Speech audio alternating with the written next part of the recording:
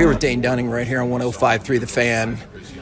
It feels like it's drug test day in the clubhouse. Have you noticed that? Yeah. And I mean, your locker mate right here has already been told to go for the drug test. I got one as well. Did you really? Yeah. Okay. Do we talk about drug test day, or is that a? Is this all going to get edited out by MLB? Yeah. Okay. I mean, it should be fine. I mean, it's a a regulatory test.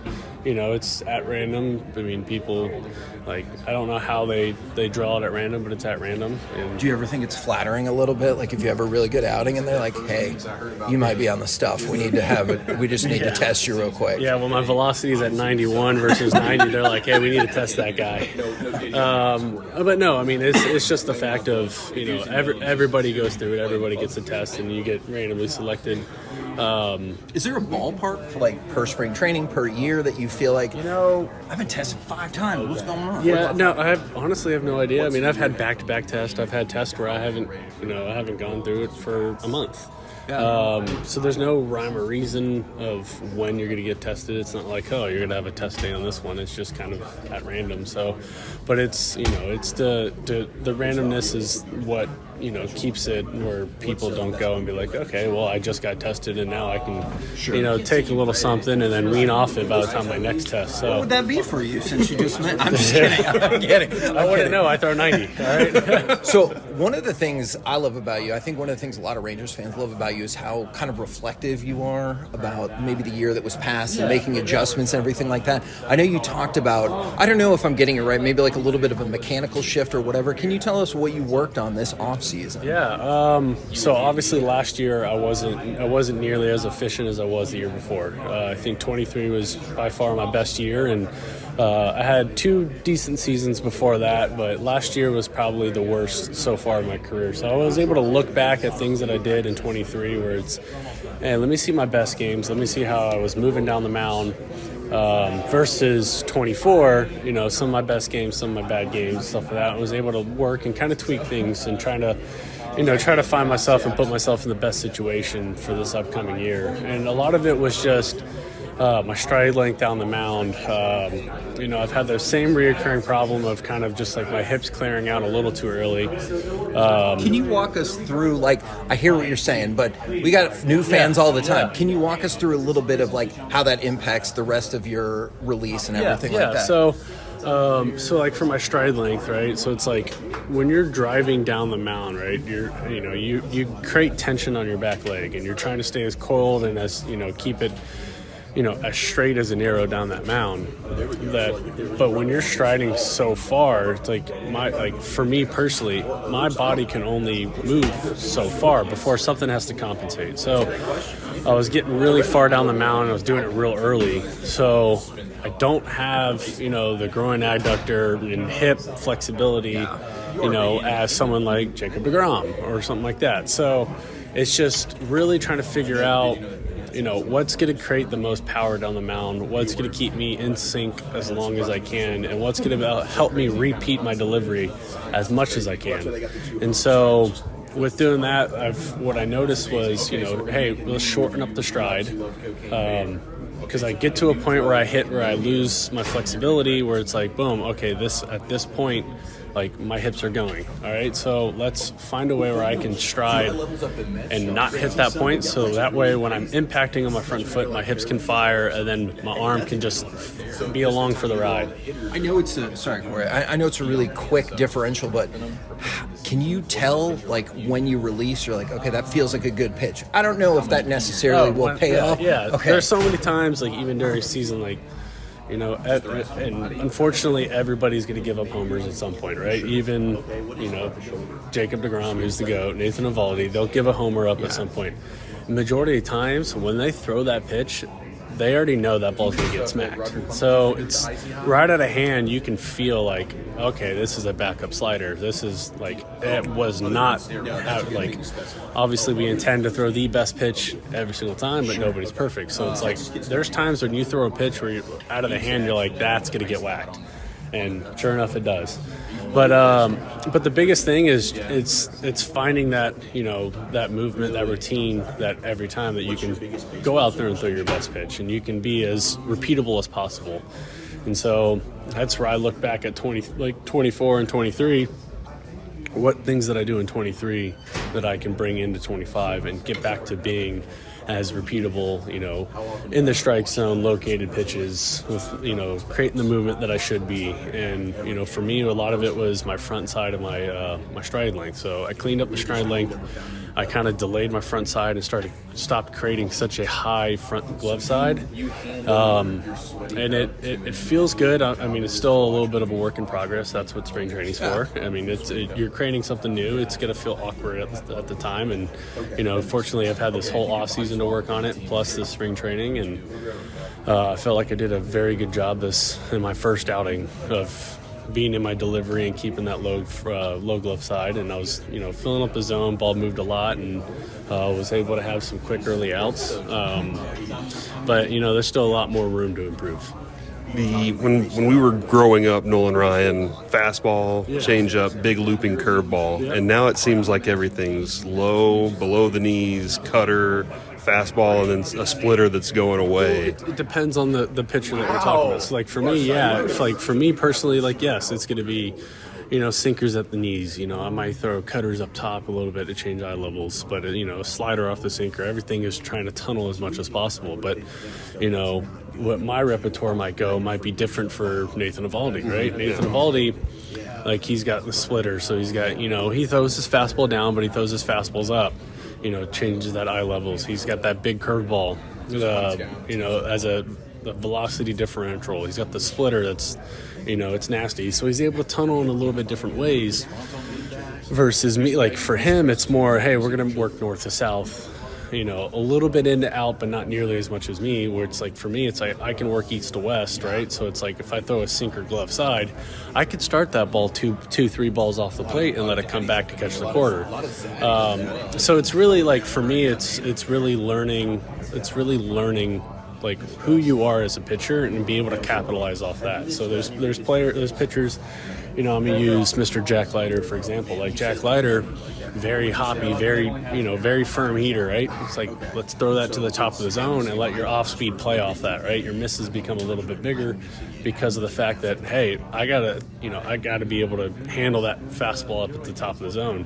All right, then you throw that curveball that starts a little bit down from that, you might get a swing and miss that bounces, 2 feet in front of the plate. I mean, look at Jung Ho Lee in his last outing against the Giants in spring training. He got the strikeout on the ball that almost hit him in the feet.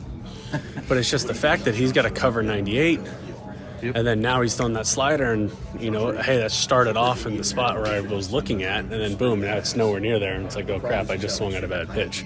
So it's learning who you are and kind of basing your pitches off that, and I think Jack does a really good job with being able to keep his mechanics in line. And I think he still has a lot to learn, still being super young. But as he gets older and as he has more spring trainings and more big league games under his belt, I think he's going to be a very efficient pitcher.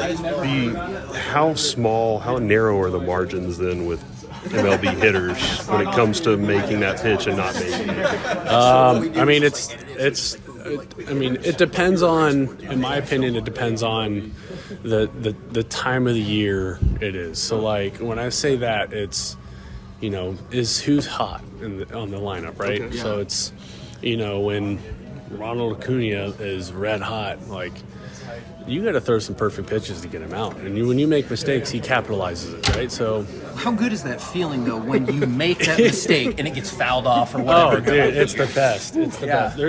There's been a lot of times in my career where I just do a right down the middle sinker and they popped it up and I'm oh, thank God. Is it more often that you get bailed out or more often that somebody hits and you're come on, that was a really good pitch. This is bull crap. I would say more often it's you'll get bailed out, but you don't remember those times, right? You remember the times where you hung a slider and it was a 2-run homer, or you hung a slider and it was a double and a couple runs got scored, right? You don't necessarily you don't remember the times where it's I just threw a middle heater and you fouled it off and then I got him out on the next pitch. What is it about human nature that makes us all like that? Because I was thinking about it in terms of if you ever got pulled over for a speeding ticket, you're oh, of course, this time. And then you're yeah, because you've never sped before, buddy. But I never think about all those times that I might have coasted on that. I mean, you try to live and learn off of your mistakes, right? So it's, the more, like, for me, it's like, and I can probably attest to every single person in here, it's we all care, we all want to win, we always want to do our best, right? We wouldn't be here if you didn't want to do that. Sure. So it's like those times where you do fail, right? And baseball is built off a game of failure, right? The times that you do fail, you're going to remember that a lot more than your successes. And which is a hard thing to do because, like, ultimately you want, common knowledge, you would want to be watching your successes and try to keep that going. But it's just like those ones stick to you a little bit worse because you do care and you want to win. And you want to know why. Yeah. Why did that happen? Yeah, and it's like, man, like, I wasn't on my game. And it's like, you learn from those mistakes. And then the next time it comes up, it's like, all right, I hung a slider to him last time.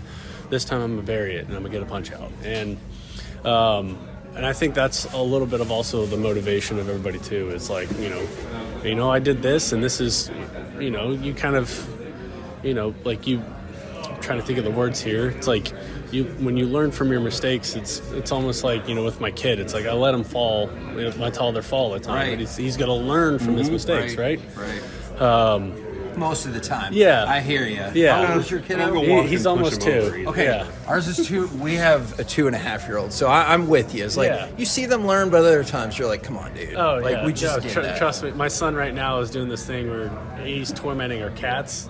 And our cats have been kind of retaliating and scratching him. But I'm like, but then he keeps going back, he keeps doing it. I'm like, buddy, you play stupid games, you're going to win stupid prizes, right? Like, you're going to, like, the more you keep tormenting them, the more you're going to get scratched or, you got a little friendly bite the other day. And I'm like, buddy, that's your fault. Like, that's your reminder. Right? Yeah. They turn 17, the mistakes get a lot more expensive. Trust me on that. That speeding ticket. I told him, hey, my lifestyle, I'm like, my speeding ticket's my fee. I speed all the time, and so I get caught every once in a while. That's my fee for the year. Not that we advocate speeding, not at all. It's just an accident about my foot. I know. Obviously, we start the season 5 pitchers in the rotation. I get that, except for maybe the Dodgers, so they can put like 19 pitchers in their starting rotation or whatever. But like realistically, how many starting pitchers do you think a team needs for the season? Do you think it's like 10, 12? Because unfortunately, inevitably, injuries will come up. Yeah, I don't think there's a set number, right? I think the more you can have, the better. We go back and look at 23, right? Look how many of the injuries that we had throughout that year, but look at how many guys came up and was able to, kind of just take over for that person that got injured. And then when they came back, everything was still moving forward, and we worked very efficient. But I think you need a lot of pitching because it doesn't matter. Like, it doesn't matter who you are. There's always that chance of that injury that happens. Like I hit the IL twice last year. I think Evaldi hit it once. John Gray hit it twice last year, or maybe even 3 times. So we had Josh Spores who was out. So like pitching is, always something that's, obviously no one wants to get hurt, and we do the best that we can to not get hurt. We try to do the best we can to, stay injury free. But like just things happen. It could be a day where, it's super hot out, you could be a little dehydrated, and you might tweak something or whatever. Like, injuries, unfortunately, are inevitable with certain, just throughout a season. And so it's just, the more pitches you have, the better. Is that patience difficult at all? Because, I get it. You're going to do whatever the team needs of you. But at the same point, it's logical that you would want to be one of the 5 to start the season. Yeah. But it might not happen, and you might have to be patient. How difficult is kind of that balancing act, I guess? It's extremely difficult. But I think that's, comes with a little bit of maturity where it's like, all right, listen, I'll have my shot and everything. And, I'm going to do the best that I can in the situation that I'm given to try to claim that spot. And, for me personally, I've told them multiple times where it's like, listen, if you want me to start, I'll start. If you want me to come out of the bullpen, I'll come out of the bullpen. I'll do whatever it takes to help our team win. And I live on that, and I just want to be a small piece of the giant cogwheel that of this organization, and I just want to just be able to do my part no matter what the part is. Yeah. And so from there, it's I can hopefully do some great things off that. Thank you very, very much. Yeah. Appreciate it.